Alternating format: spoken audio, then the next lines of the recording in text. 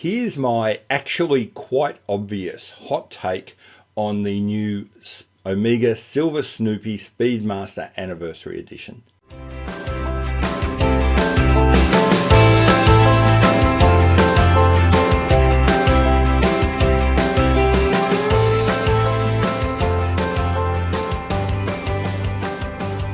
Hi, welcome back to Not So Obvious Watches. I'm Pete McConville, and this is not a not so obvious kind of hot take. This is actually, I think, painfully obvious. My responses in retrospect to this watch are actually not that dissimilar to a lot of other people's views, I think. Will I be clever and will I couch it better than other people? I don't know. Let's see how we go here.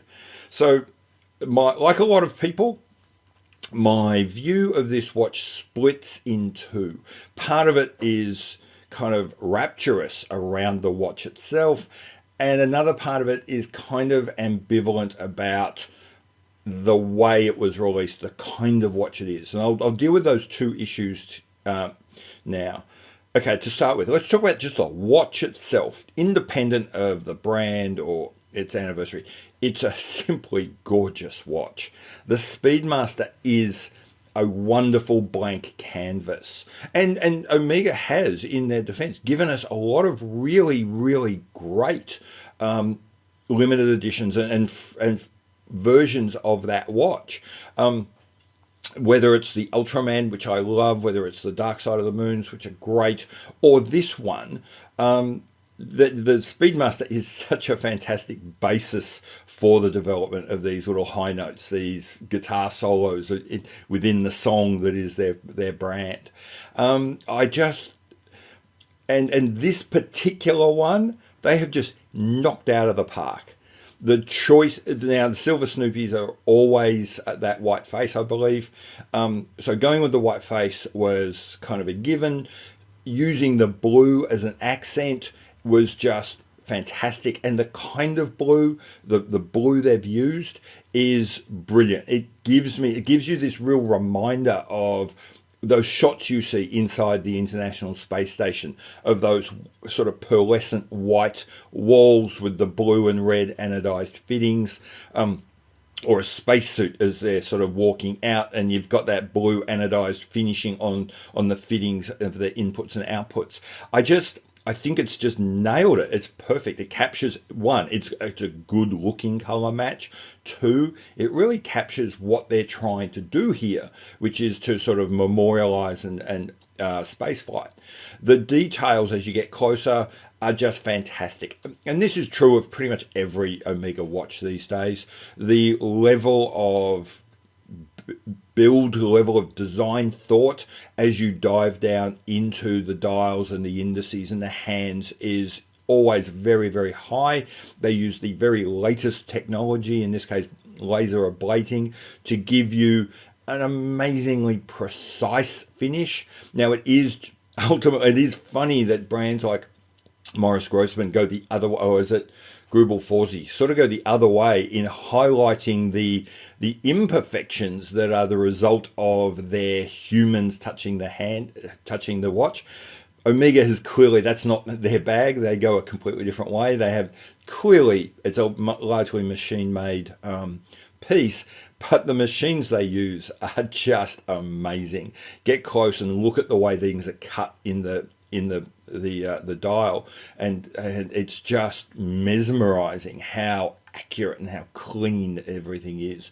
So I think the watch itself is just gorgeous. It's just difficult to criticize. There's almost nothing on that watch that I don't think is perfect. Moving next, I love that Omega plays with their sort of core products. Just name it. Unlike Rolex, which I think treats their product line almost with reverence, reluctant to play, reluctant to have any kind of fun with the product, Omega clearly treats their product with respect, but not reverence. I haven't seen with one or two exceptions. You see the occasional limited edition you don't like, but I've not seen too many, except a couple of Bond ones, I think, Bond Seamasters, where they haven't respected the base material, where they haven't paid close attention to what that material, what that watch is supposed to be, but then being prepared to play with it and have fun with it and show it in a completely different way. I love that Omega does that, unlike Rolex, which treats everything as though it's this ivory vase that can't be touched, that has to be handled so carefully as it moves around the room. I get the feeling that Omega has a much more robust, much more rambunctious sort of attitude to its product, which I think is fantastic. It's something that really endears me to Omega and this brand and the way they treat their core products. Flipping over then, if I love the watch so much, then what's my ambivalence?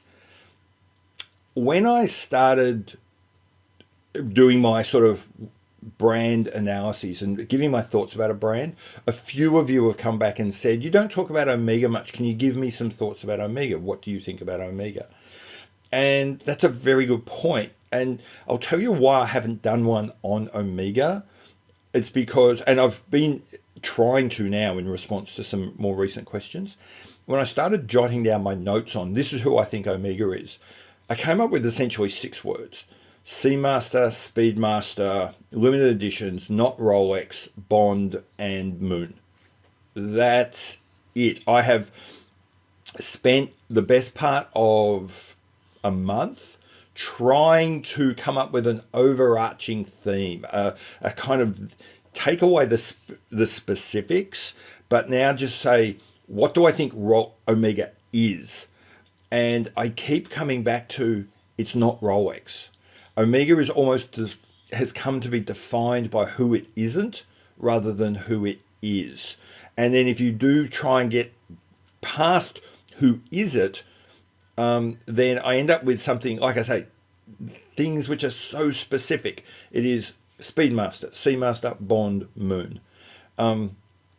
And that they do a lot of limited editions. And the reason why this watch, no matter how much I love it, no matter how fantastic the design and the execution, the reason why there's a sense of ambivalence is there's this feeling of, well, of course it is. Of course it's a Speedmaster. Of course it's the Moon. Of course it's a limited edition. Or in this case, it's not limited, but it's a limited run. Now, the funny thing is, I agree with the idea of limited editions. I think they are an essential part of a healthy and balanced brand. I think they give the brand the opportunity to play. They give the brand space to experiment. I mean, I just spoke about how much I love that Omega does this, as why I talk about this, why I love this watch so much. So how do I balance these two? Well, it's the saying goes, you know, the difference between a medicine and a poison is dose. Limited editions, having some core ideas, having a couple of key features and a couple of core watches in your brand, those are all really great ideas. Those are great. And if you get the dose right, those are a fantastic drug, a fantastic medicine to drive your brand forward. But go too far and it becomes a poison. When you are a brand as big as Omega, with as many watches and as big a range as you've got, when that boils down to just 2 watches in the public consciousness, you've overdosed. You're now in poison land. Having a limited edition to mark a special event is great. To my count, and correct me if I've got this wrong, there have been 6 limited edition Speedmasters for the 50th anniversary of the Moonshot. 6 Speedmasters for that one event. This is the 3rd silver Snoopy, or the 3rd Snoopy watch. It's just, again, this distinction between the drug, the medicine that powers you forward versus the poison that drags you back is all in the dose. I think that I love the way that I think, as I've said, special editions or limited editions, having a core identity of who you are is an essential part of being a successful brand. It's an essential part of being a successful artist. You have to have those things. But going too far and becoming known for just that is a poison that drags you down. And in this particular case, it's something which makes me ambivalent towards a watch that I should love. I should be adoring this watch. I should be really, there's, as I say, this is as close to perfect as I can imagine this watch being. And yet the history, the thing that surrounds it, drags me down, drags me away from it. And that's a shame because it's terrible for this watch. And there's one thing I really should point out. I forgot when I was talking about the good things. I love that, and it was part of this idea of respecting but playing. I love when you flip the case over and you get that little, there's the moon and Snoopy going around at the spaceship, and just fun and play and just brings a smile to your face. So not only is the watch absolutely gorgeous, it makes me happy. It makes me laugh.